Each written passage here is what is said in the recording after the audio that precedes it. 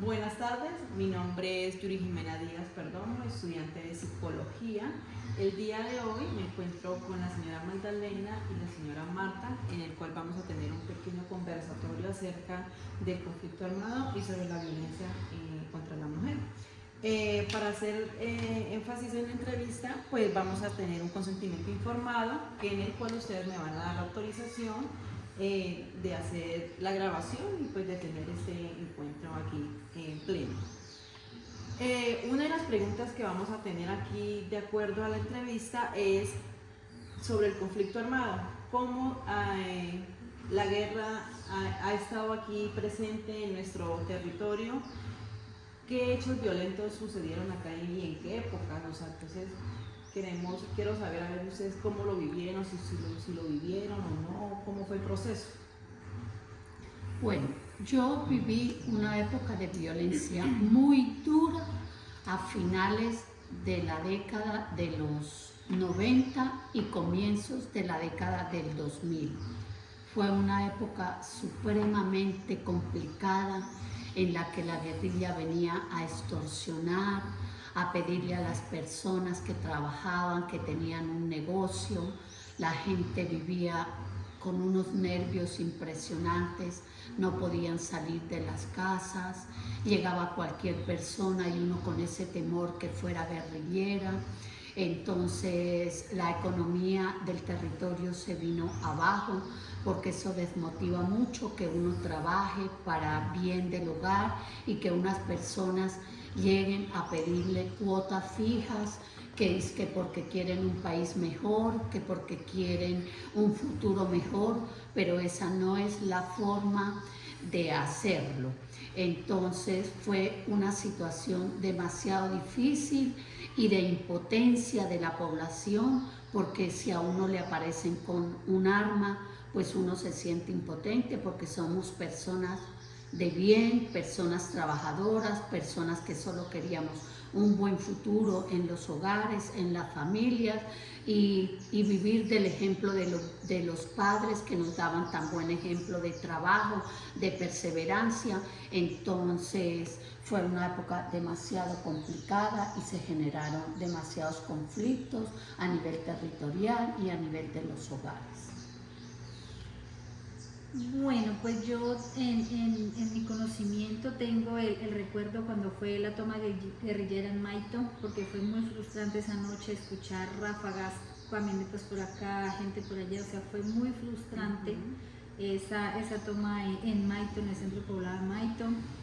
Eso fue en julio del 2002.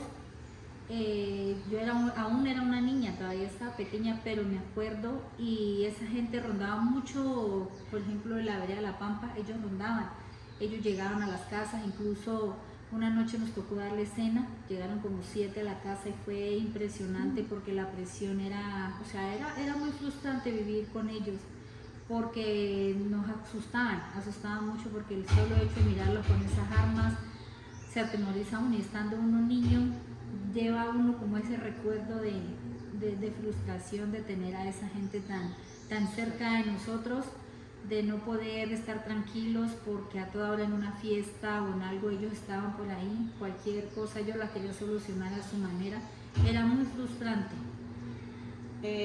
¿Les cambió la vida por ese conflicto que hubo? Pues en cuanto a como la frustración, ¿no? El temor era duro, o sea, era duro el temor porque no estaba uno tranquilo, no podía tener uno tranquilidad a cualquier momento. A mí sí, muchísimo, porque nosotros con mucha frecuencia pues veníamos en las vacaciones a la casa, disfrutábamos, salíamos, y mi papá decía: mijita, más bien no se vengan porque esto está muy peligroso y a mí me tienen amenazado, que a ustedes pronto las cogen.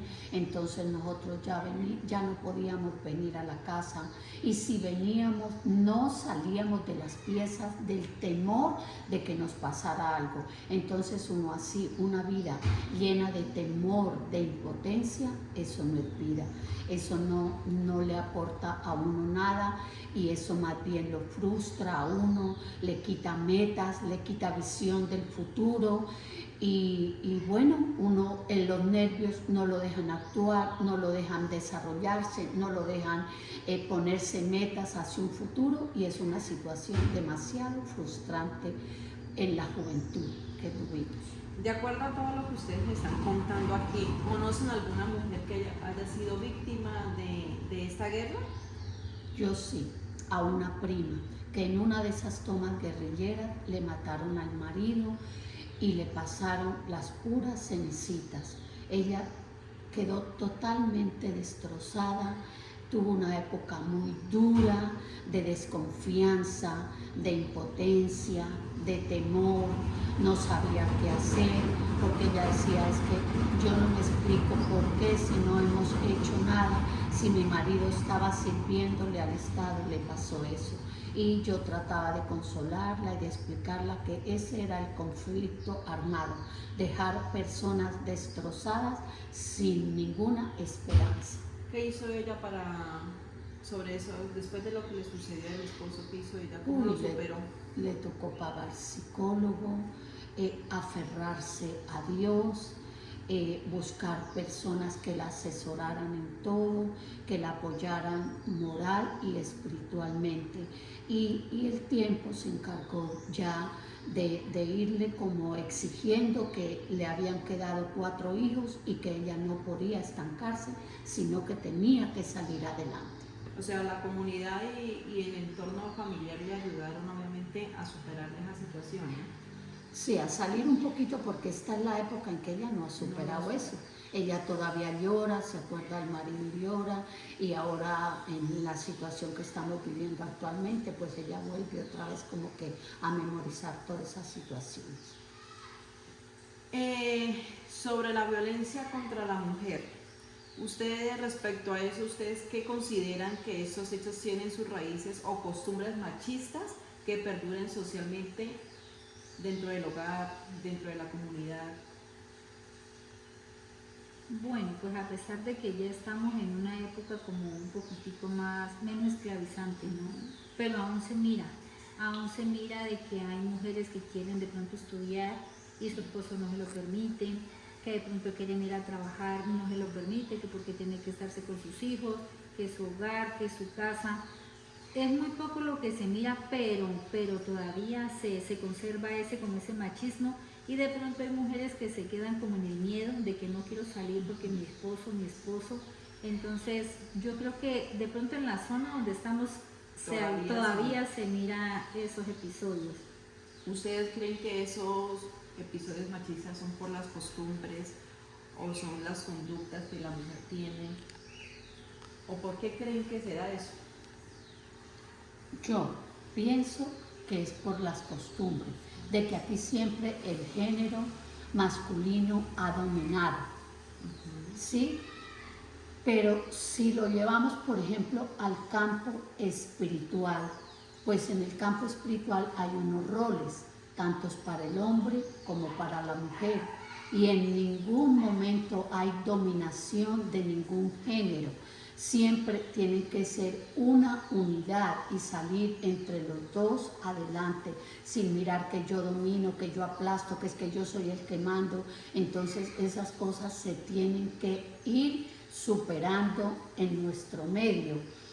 Pero ese es un conflicto, digamos que como individual de cada hogar. Cada hogar tiene que ver lo que necesita, sus condiciones de vida, su familia, y asimismo proyectarse de acuerdo a cada hogar. Entonces yo diría que esas son soluciones como muy individuales en las que es cada hogar el que las debe buscar. Bueno, pues no siendo más, este era el pequeño conversatorio que yo quería tener con ustedes, y les quedo eternamente agradecido por haber participado en la entrevista. Muchas gracias. Muchas gracias.